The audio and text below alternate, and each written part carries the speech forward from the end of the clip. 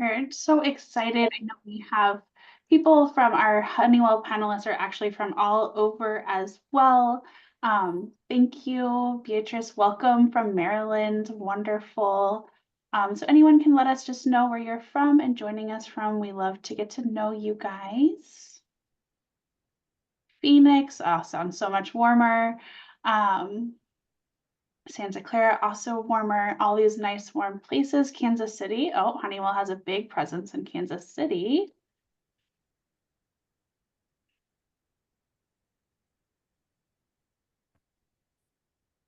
All right, so welcome everyone. Thank you again for letting us know where you're from.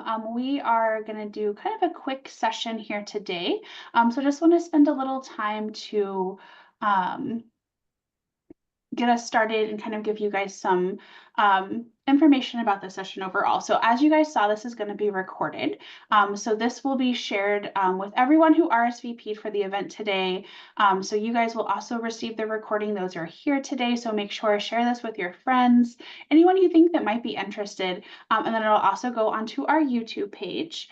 We have a time at the end of today's session to do a Q&A. I know our panelists are really excited to share their stories and give you guys some new perspective into their career and educational journeys. So just save those questions there for the end. You can drop them in the chat, however, but we'll do that Q&A session at the end of today. And what you see right now on your screen is a QR code for Honeywell's engagement. So make sure and take a moment, scan that QR code, and you're going to just put your name, I think your email, and then upload your resume. And our recruitment team, our talent acquisition team is excited to meet you guys. They love our SHIP members. And so that's a great way for you all to get onto their radars as well. And don't worry, that QR code will be at the end of today's session, and I can also drop that link in our chat here. So at the end of today, when you leave the Zoom meeting, there will also be a survey that instantly pops up just asking you about your experiences, what you learned, all of that wonderful stuff. So please take a couple of minutes and go ahead and complete those surveys. So you can just give us some feedback. So I am going to go ahead and hand it over to the Honeywell team to speak about why they're doing this community college track in support. Thanks, Ashley. I guess I'll go. Hi, everyone. My name is Shirley Rodriguez with Honeywell, sit in Atlanta, Georgia. I am leading the multi-year partnership we have with SHIP. And what that entails is various programs that support STEM education across all ages. And we are super excited with this partnership. We are now being inclusive of our community college space. And we're super stoked to be here with you. Why is this important to us? Well, we drive technology. We are future shapers. And it is a huge investment for us to partner with SHIP and bring those opportunities to our Hispanic Latino community. And we're just super excited for all of the things that we are getting ready to do and doing to really encourage you to continue your education in the fields. And we have a lot of job opportunities out here that, we want to open that up to you as well.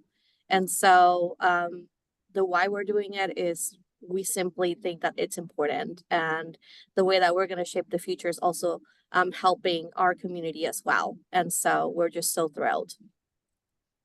I think I will kick it off to maybe the panelists, Ashley, now to introduce themselves. Yep. Pamela and the panelists will go ahead and introduce themselves. Yep. Yes, hello. Hey guys, my name is Pamela. I've been with Honeywell for about 2 years, and I'm with the supplier development engineer, and I have been through the rotational program with Honeywell, which is amazing because you get a little bit of taste of different departments within Honeywell. And we have our panelists here. If you guys want to introduce yourself. Sure, I'll start. My name is Justin Favela. I sit in the Honeywell location in Mason, Ohio. My role currently is I am the talent acquisition leader for all of our hourly hiring and our skilled and unskilled labor hiring for our integrated supply chain functions. I've been with Honeywell for about 6 years now. Started out as a recruiter, worked in engineering ops before coming back into recruiting. And I'm just really excited to be here today, talk about the opportunities we had. And this is a special space for me. My father, he was born in Durango, Mexico. He was he came up here. He is a community college grad himself. He spent his entire career as a respiratory therapist, so in the medical field, not necessarily the engineering field, but just knowing how he was presented with opportunities, being an immigrant to this country, and the opportunity he got to be a respiratory therapist and then running the whole technology department for the hospital he worked in. The opportunities are there in any field for people with certificates and 2-year degrees. So I'm excited to talk about those opportunities here at Honeywell. Thank you, Justin. Thanks for that introduction. David, want to introduce yourself? So, okay, I had to unmute my microphone. My name is David Chow. I'm a technical operations manager for the Honeywell building technologies and building automations group. I manage currently over approximately 26 technicians, and I'm in charge of also hiring and talent acquisition, and I assist in that. I've been with Honeywell for over 10 years, and I've had various roles. My background is electrical, so went to school for electrical engineering, and then worked at the power company, local power company in California, as a distribution systems designer. Then worked in the field as an alignment electrician supervisor. Then had the opportunity to come to Honeywell and became a technician at Honeywell. And through the years, I've slowly climbed up and moved around a little bit from technician to manager. So here I am today. Thank you, David. Thanks. And we have one more. Joel. Hello, my name's Joel Alonso. I'm a senior quality engineer supervisor at Honeywell. I've been with Honeywell for a bit over 10 years now. Been in aviation for 17 years. Started right out of high school as in a trade school for getting my A&P certificate to work on aircraft. I really started working on cleaning wheels and landing gear and the underside of planes just to start getting absorbed around aircraft while I was getting my certificate. And along the way, I became a certified mechanic. And then I got hired on with Honeywell. I started as a bearing inspector and just worked my way up from there. So essentially now, 10 years later, I'm a supervisor for NDT and all final inspection at our repair station. Awesome. Awesome. Thank you very much, guys. Well, this is our 3 panelists. And we have to prepare some questions for them. And if you guys have any other question, please leave it at the end, and we can go ahead and ask them. So let's start with our first question. It will be for you, David. What do you think are some of the most effective alternative education paths, such as like certificates or boot camps or anything like this for entering into a STEAM field? And like, which ones will you say Honeywell will look at it when it's hiring? In my particular group, Honeywell Building Technologies, Building Automation, we are looking for candidates that have not either certificate or associate degrees or some military experience, or prior electronics work experience. So electronics technology, mechatronics is one of them, they call them now. So we're looking for folks that have some formal education or some actual internships and experiences in HVAC, air conditioning, temperature controls, in electromechanical technology, mechatronics. That's a popular one these days out there. Got it. Thanks. For the other panelists, if you have something to say or to add feel free to do it. Okay.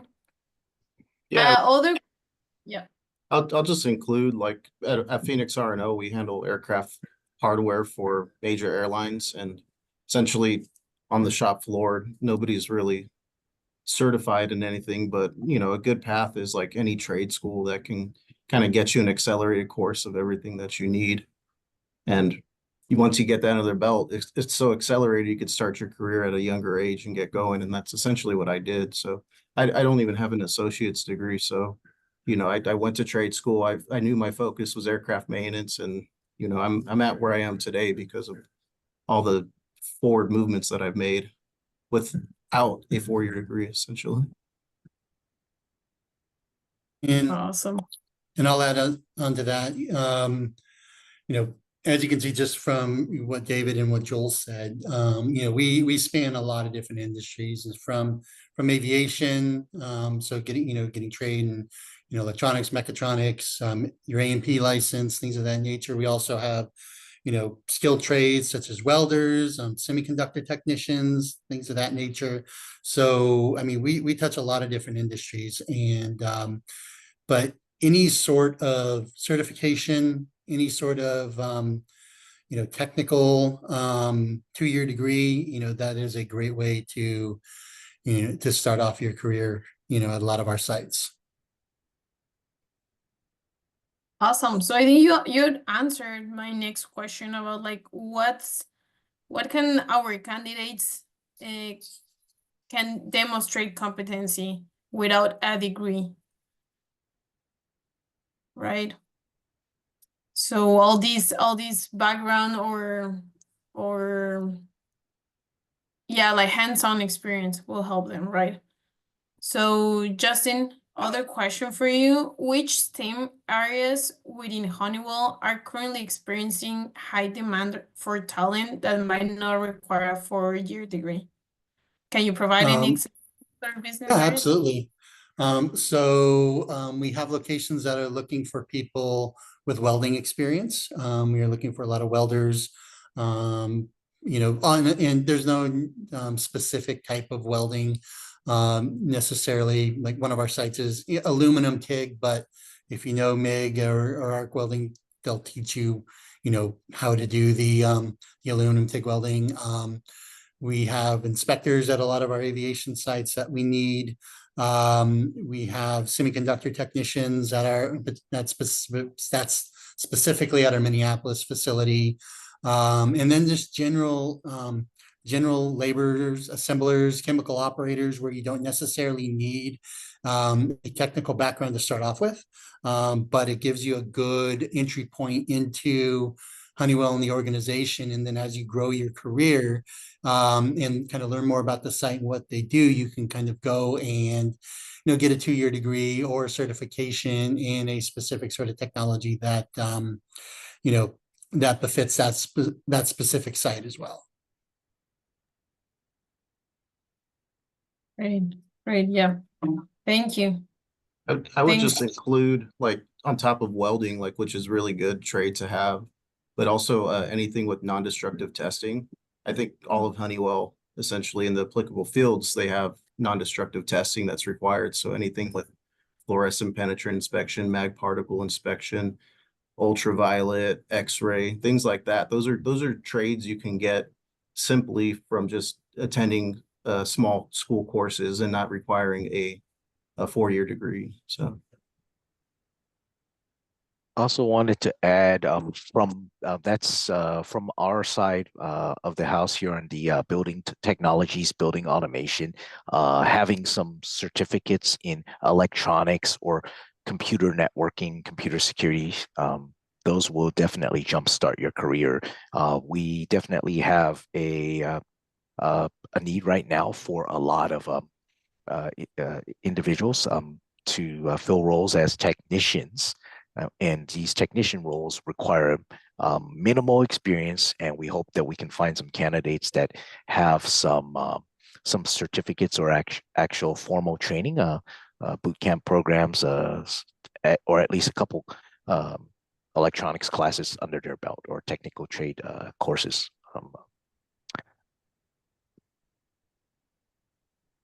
Cool. Thank you. Thank you, Joel. I think you will be the perfect fit for the question of how can individuals without a degree advance their careers in STEM at Honeywell?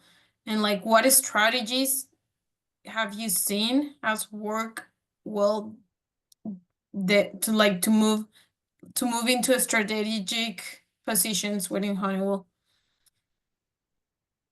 Right. So essentially Honeywell is a big family and we all want to help each other out. So part of the process is like if you do acquire a position with Honeywell, you want to help out where you can, or if there's any special projects that you can. So like getting your foot in the door and stemming the way to essentially being and showing competence in what you're doing, and also understanding what the requirements are, and showing your team and your leadership that you're the right man for the job. And essentially it's really good to be a team player and help out because he opens up so many more doors for you. So it's not what you know, it's what you can do for the company that can progress the company and yourself essentially.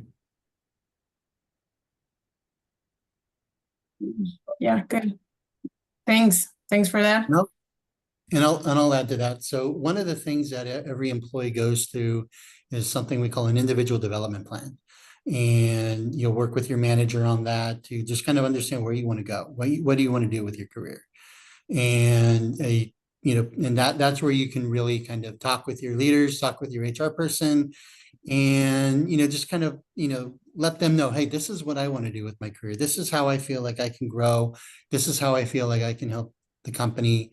And those discussions that you have with your manager and with your HR person are very important, and can they can provide you with advice based on their experiences as well. And they're very, very productive and very valuable conversations that you have.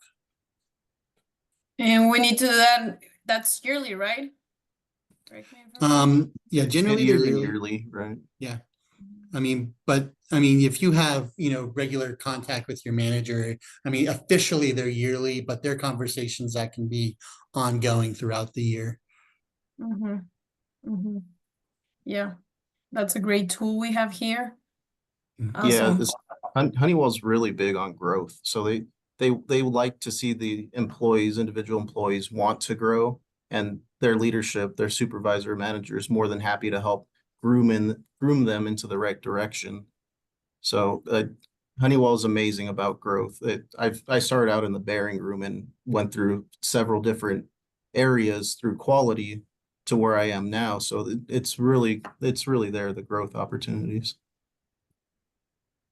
Mm-hmm. And we're all part of the aerospace business, right? But we're not only big in aerospace, but we also have other businesses which make us way bigger. And so there's a lot of room for going up in multiple directions. Yes, I'm not from the aerospace side of the house, the business. I'm from the building technologies section. So I'd like to just share that, yes, there is definitely wanted to share with you a recent experience. Recently, we had an aerospace mechanic transition from aerospace and get promoted into our group, which is the building technologies group. And that's recent. And so just wanted to share if it doesn't mean that if you start in aerospace in a bearing room or as a mechanic or as a welder, that doesn't mean there's not an opportunity for you to transition to a different job, maybe a desk job as a technician for building technologies. So if, there's every year the employees get an annual review, and there's an opportunity to have those career discussions with your current supervisor on, growth and your individual planning for that growth. But the opportunity is there for you to come in at the very basic level, but transition to even being a senior manager. That's possible, but certainly you'll have to put in the effort. Mm-hmm. And that's a really good point, is that you can also within Honeywell determine a new career path that you want to go down. The sky's the limit. You could go anywhere. You just got to get your foot into that avenue and have those conversations with your leadership. Right. Yep. Thanks. Well, David, what role do networking and mentorship play in building a successful career? with STEM, with a traditional degree? Well, with a traditional degree, are you referring to like a 4-year degree or Yes, the 4-year. Yep. well, there's definitely pros and cons.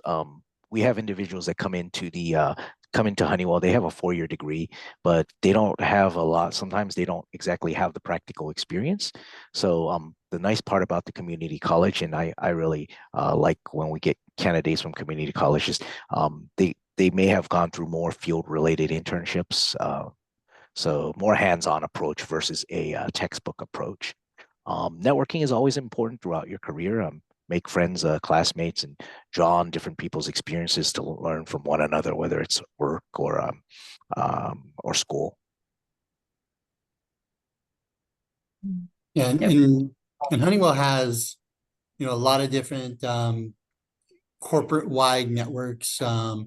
Obviously, this is SHIP, so we have the Honeywell Hispanic Employee Network. We have the Honeywell Black Employee Network, Lean In, which is our women's network, an LGBTQ network. So there's a lot of different networks, employee affinity groups within the company that will allow you to build those connections and network, with other parts of the business, so you can learn, what if you're in aerospace, you can learn what building technologies does. You can learn what our industrial automation group does, and really, build those connections to help, make those next career moves.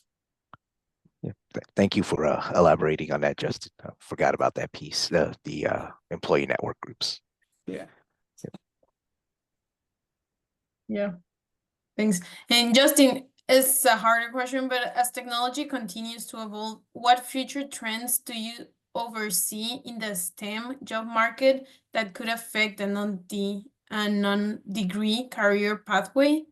And how can an individual prepare for that change? So obviously the big push, is automation, AI, things of that nature. That's a lot of growth, and Honeywell is definitely pushing in those directions. And so, AI is obviously a burgeoning field. It's not wholly developed, but having an understanding of AI, how it can affect certain, even hands-on technical jobs. How is automation going to affect a lot of those technical jobs, and how can you learn the technologies, learn the skills necessary to understand automation, to understand AI. I think that is kind of the way of the future, and and there are pathways in in both. Obviously, when you're talking about development, those are more 4-year degree type fields, but, there's going to be a lot of hands-on application to these. There's going to be a lot of, opportunities for certification and things of that nature. So I think those are the two areas that you're going to see a lot of growth in on the STEM side, for, 2-year degrees and technical degrees in the future. Yeah. Okay, cool. Well, this is the questions. I don't know if you guys want to add something else. I think there might be questions in the chat. Ashley, you were Yep. monitoring Yeah, those. Would you mind? I've gotten some questions. Yeah, so Maricela asked, and this is a pretty specific question. So when we talk about Honeywell non-degree jobs, is there a differentiation between high school diploma versus GED? And does it make a difference when you're looking at a candidate for hire? It does not. We don't necessarily require those in a lot of our hourly positions and our skilled labor positions. It's all about the skill. So, a high school diploma, GED, that doesn't necessarily matter. We don't really see the difference of that, but, some jobs, like if they require welding activities, if they require specific certification, or, being a licensed electrician or things of that nature, that's more what we look at. So I've got a couple other questions that have come in to me just one-on-one. And this is an open question. You guys talk a lot about how Honeywell has supported you and some different examples of ways that your growth has been supported. Can anyone call out, like, Joel, you've had a very long career. How has Honeywell specifically supported your growth to get to where you are today? Specifically for me, so like I mentioned, it's not too relevant, but I started in the bearing room, but I've had, let me see, one, two, three, I've had 4 promotions since then, and they've all been progressive in promotions. They weren't like a lateral move to another department or, something of equivalence, but they were all based on competency and just growth. So every single step along the way was a promotion for me. And not only that, like I was just doing my job at the end of the day, but my leadership saw my competence and they kept giving me the challenges. And along with it came with the promotions. So can anyone else speak to some of those different ways you felt like you've been supported as a professional to continue growing at Honeywell? I can speak the same. So just like Joel, myself, I was a technician at one point, and I just the leadership saw that I did was doing a great job, and saw that I was showing initiative, and they gave me, I was allowed the opportunity through my hard work, of course, to take on what they call stretch assignments. So leadership will see that you want something more. There's something more that you want, and you want to take it to the next level of your career progression. So they'll give you opportunities to try out new tasks outside of your job. And if you do well in these stretch assignments, they call them, they the next time a job uh, is available, a position opens up.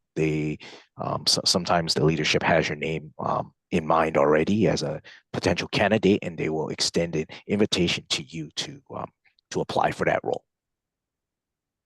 Right. Yeah, I think the big thing is if they come to you on this stretch assignment, or what we call over here is a bubble assignment, so something a little bit outside of your normal job duties, like don't close the door. Don't say no, say yes, because if you say yes, you're opening the door for more opportunity for growth and mentorship and just connections with more people, just building that network. It's all there. Just take the lead and go for it.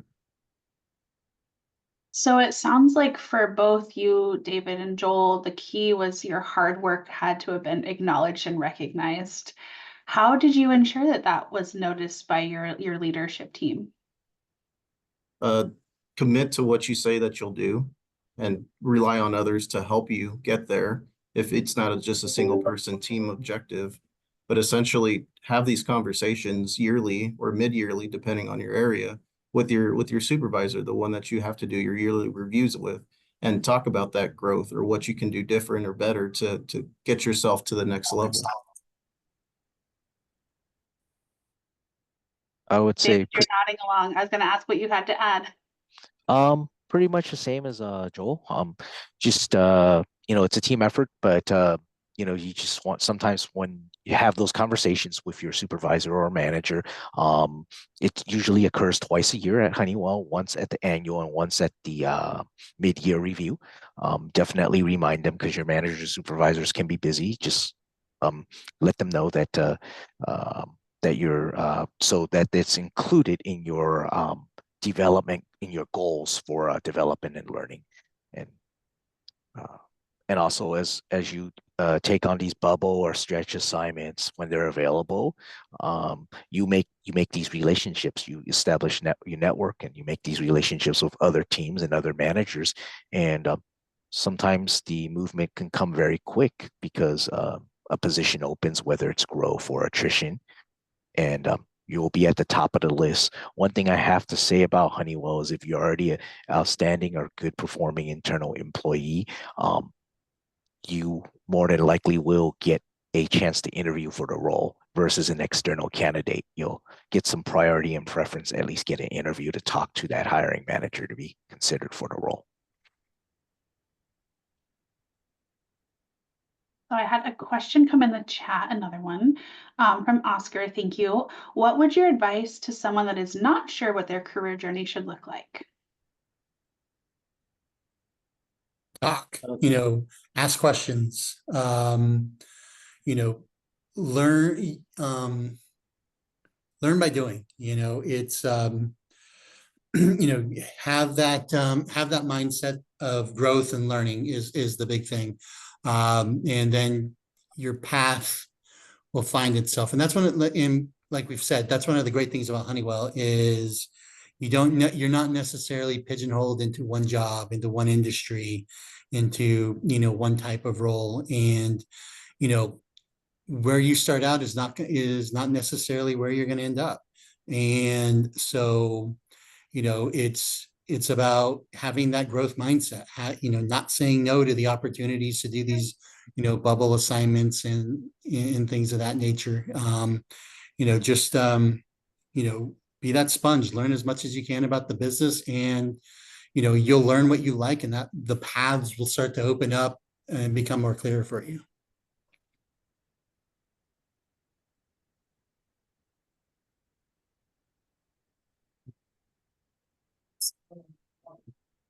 I think, do we have any other question, Ashley? Yeah, I have a couple more questions. And so a common question that I get from our members is just trying to visualize and understand what that like entry level looks like. So while not all of you started entry level at Honeywell, what does a day in the life look like for you when you were a while ago, but what was that entry level role like? Were you doing hands-on stuff all the time? Were you in meetings? What did that look like as you started your first career?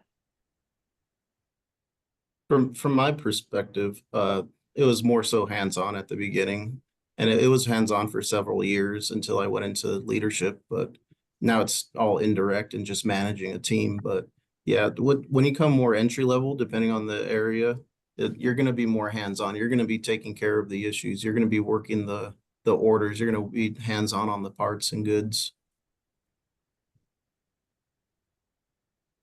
Yeah, I mean, before I got into recruiting, my first job was engineering support technician for a Navy research base. And I literally started off scraping labels off of classified tapes. That's how I started my job.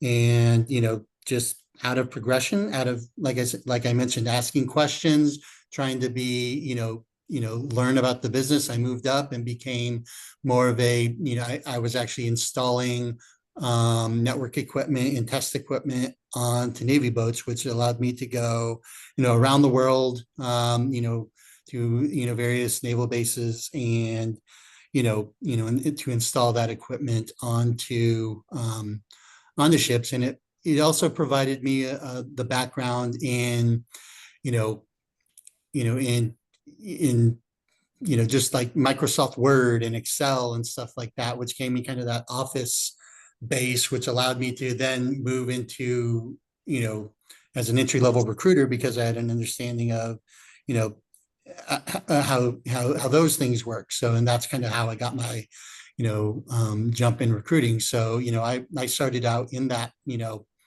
technical technician path, and then kind of moved into more of the business path after I got my 4-year degree. But when I first started working, I was just a, kid with a high school diploma. So. For myself, I worked as a technician when I came to Honeywell. So I wasn't working in the field, customer facing, of course, and hands-on, of course, working on electronic control panels for building automation technology such as fire alarm, commercial industrial security systems, temperature control systems for office buildings, warehouses. So I did work as a technician for quite a while before I transitioned to the office.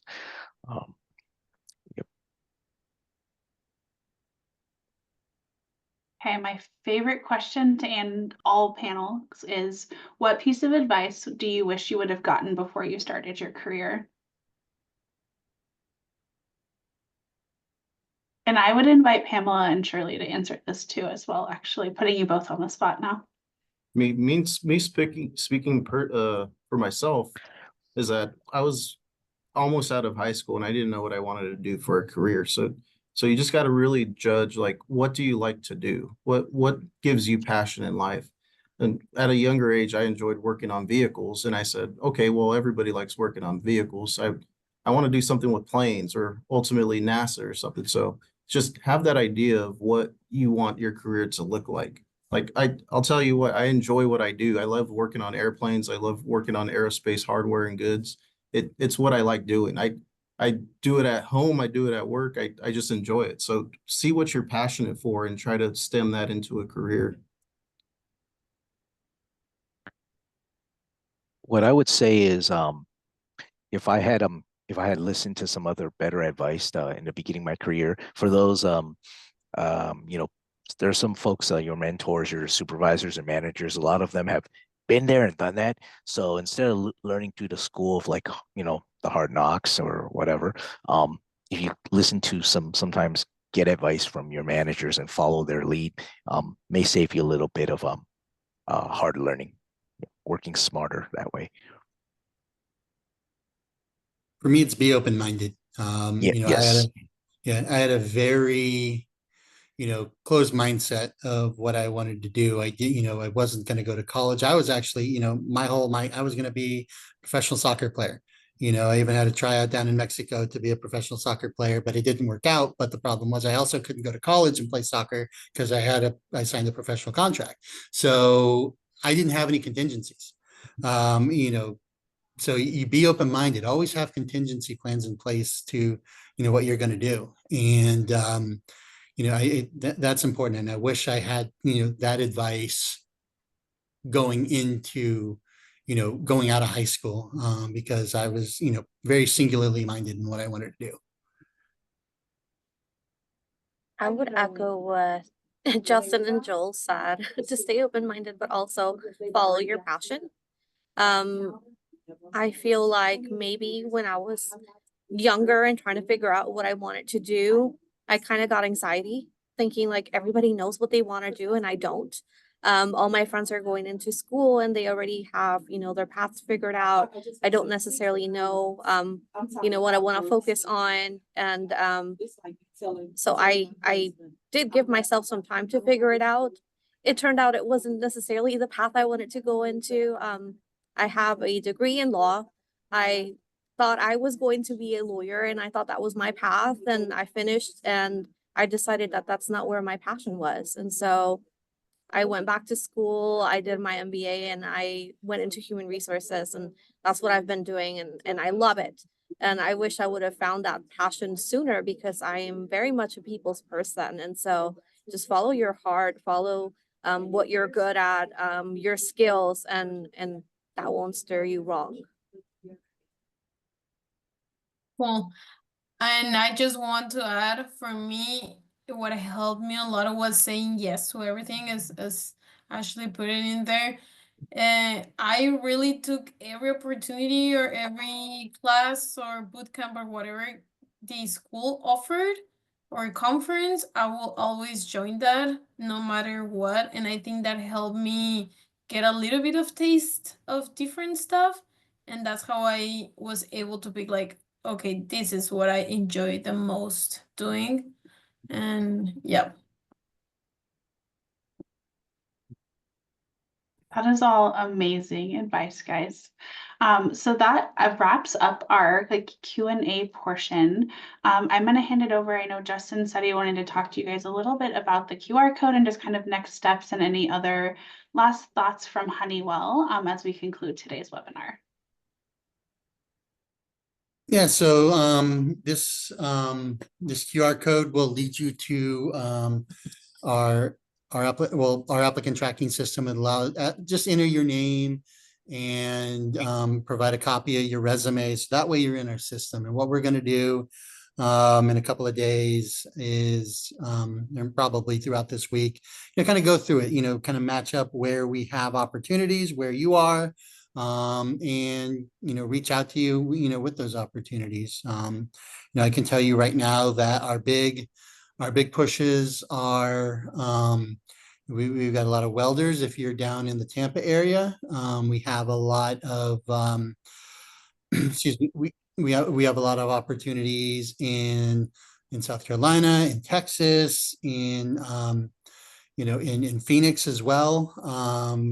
But we have, I can't name all the opportunities that we have. I mean, I'm, just in the ISC world, we have well over 50 sites and all of them have openings. And then also in the field service role where David is, those opportunities are a little bit more widespread because they are, supporting customers in the field. So those opportunities are, various places across the country, kind of more regionally based. But definitely sign up, submit your resume through the QR code, and then also, go to our career site, careers at Honeywell, careers.honeywell.com, and look for the opportunities in your area. But yeah, definitely scan this career code and submit your CV as well.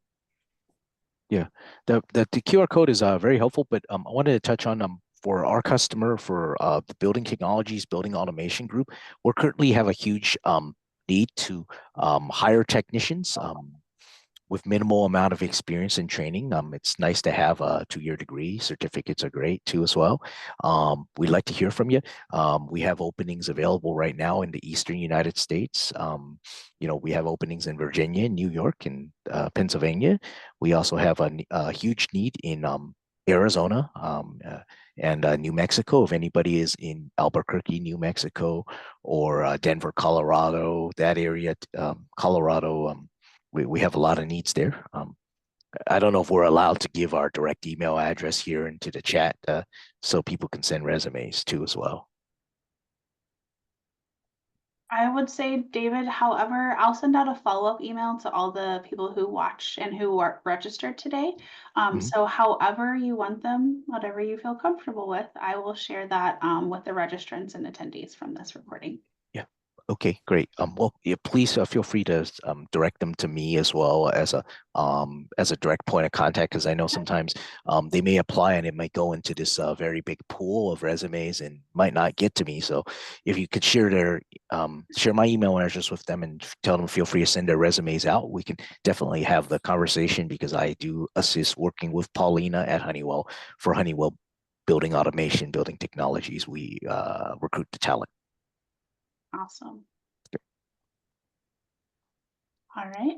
Honeywell team, any last steps or anything else we want to throw at our members for other opportunities or roles or things to have on their radars? I would say to look at the ship side, because we are running multiple programs through different work streams, but definitely looking forward to more sessions with you in the community college space and to really get to know your chapters. So we do have site locations that are near some of your chapters, and we would love to meet you in person, connect, and invite you to our site. So be on the lookout for those opportunities. And we're super stoked that you were here. And for those of you listening later on, those opportunities are open to you as well. So thanks. Awesome. All right. Well, thank you all today. Thank you, Honeywell, for this partnership. You guys are doing amazing things in this space. And thank everyone for joining us for today's session and watching the recording. We'll see you all soon. Thank you, everyone. Bye.